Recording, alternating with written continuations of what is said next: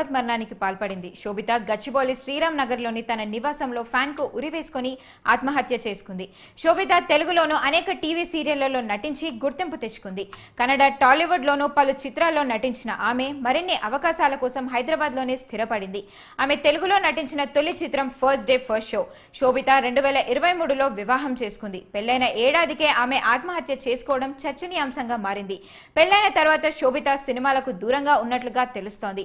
శోభిత స్వస్థలం కర్ణాటకలోని హసన్ జిల్లా సకలేశపుర ప్రాంతం. హైదరాబాద్లో పోస్టుమార్టం అనంతరం ఆమె మృతదేహాన్ని బెంగళూరు తరలించనున్నట్లుగా తెలుస్తోంది. దీనిపై కేసు నమోదు చేసుకున్న పోలీసులు దర్యాప్తు చేస్తున్నారు.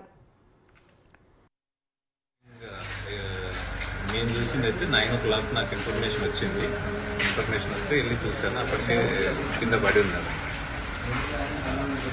హ్యాంగ్ చేసుకున్నట్టు ఫైండ్ అవుట్ చేశాను. ఇమీడియట్గా 100కి కాల్ చేశాను. కాల్ చేయగానే వాళ్ళు రెస్పాండ్ అయ్యి ఇమీడియట్గా వచ్చి మార్నింగ్ నుంచి వాళ్ళు అక్కడే ఉండి అన్ని పంచనామాలు చేసుకొని వెళ్ళిపోయారు. అంటే కుటుంబ సభ్యుల మధ్య ఏమైనా విభేదం నా దృష్టికి అయితే లేదు, తెలీదు.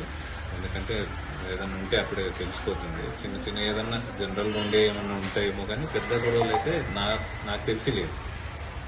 1.5 year నుంచి ఇక్కడే ఉంటున్నారు వాళ్ళు. ఏదన్నా చిన్న చిన్న ఎప్పుడన్నా ఇది ఉన్నప్పుడే మాట్లాడతాను.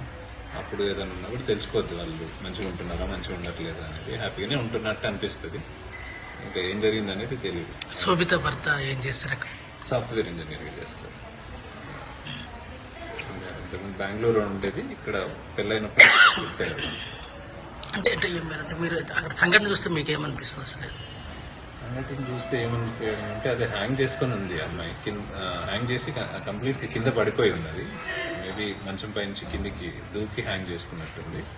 అట్లా కింద పడిపోయిన పొజిషన్లో చూసాం మేము. వేరే పోలీసులు కూడా వేరే ఎటువంటి గాయాలు కానీ ఇంకేది కానీ ఏం చూడలేదు. వాళ్ళు కూడా